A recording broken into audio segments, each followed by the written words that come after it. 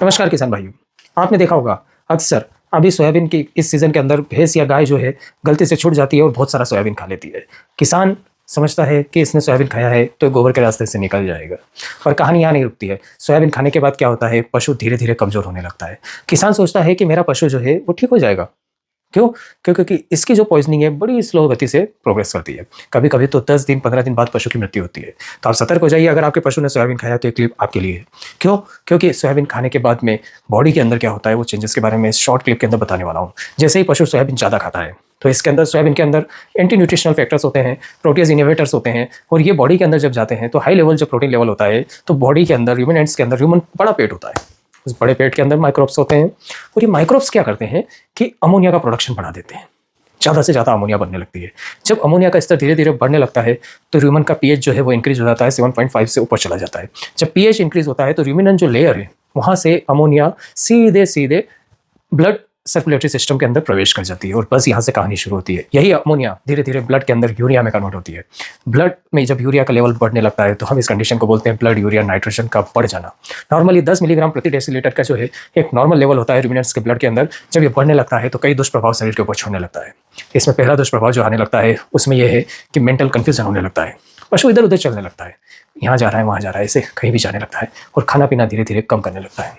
इस प्रक्रिया को 2 से 3 दिन लग जाते हैं। किसान सोचता है कि 3 दिन हो गया अब तो सोयाबीन पच गया होगा और गोबर के रास्ते निकल जाएगा, पर नहीं।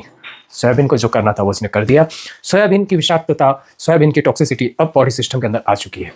अब धीरे धीरे क्या होगा, यही इंक्रीज्ड जो ब्लड यूरिया नाइट्रोजन है वो ब्रेन के अंदर भी जाएगा, किडनी के अंदर फिल्टर नहीं हो पाएगा। किडनी का काम है कि एक्सेस यूरिया जो बॉडी में होता है उसको बाहर फेंकना, पर किडनी बहुत काम करेगी पर आखिरी में सरेंडर कर देगी, किडनी फेलियर हो जाता है।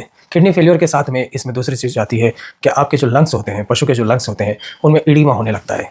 धीरे धीरे पशु सांस लेने में कठिनाई महसूस करने लगता है और ये जो सांस लेने में कठिनाई है उसका कारण ये है कि ब्लड यूरिया नाइट्रोजन बढ़ गई है। यूरिया मेंटल कन्फ्यूजन पैदा करता है और सांस लेने में इसलिए तकलीफ पैदा करता है क्योंकि इडीमा भी करता है और धीरे धीरे पशु की मृत्यु। आपके पशु ने सोयाबीन ज़्यादा खा ली है तो आप समझ जाइए कि उसमें किस तरह के लक्षण आने हैं। पहले तो धीरे धीरे खाना कम करेगा, धीरे धीरे खाना कम करने के साथ में डिप्रेस होने लगेगा, फिर उसके अंदर कन्फ्यूजन वाली स्थिति होगी, वो किधर जा रहा है किधर आ रहा है उसको खुद को समझ में नहीं आ जाएगा। कभी कभी तो पशु को दिखना भी कमजोर हो जाता है और ऐसे पशु जो है उनमें कंपन पैदा होना शुरू होता है, बॉडी धुजने लगती है, ट्रिमर्स आते हैं, ट्रिमर्स के साथ में इनकोऑर्डिनेशन होता है, चलते चलते पशु गिर जाता है और बाद में लेथार्जिक स्टेज इतनी ज़्यादा होती है कि फिर बैठ जाता है तो फिर उठ नहीं पाता है।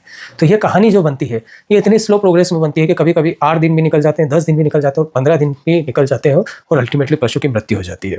तो सोयाबीन टॉक्सिसिटी से अगर बचना है तो इसका उपचार सही प्रॉपर गाइडेंस में होना बहुत जरूरी है, वरना पशु की मृत्यु तय है।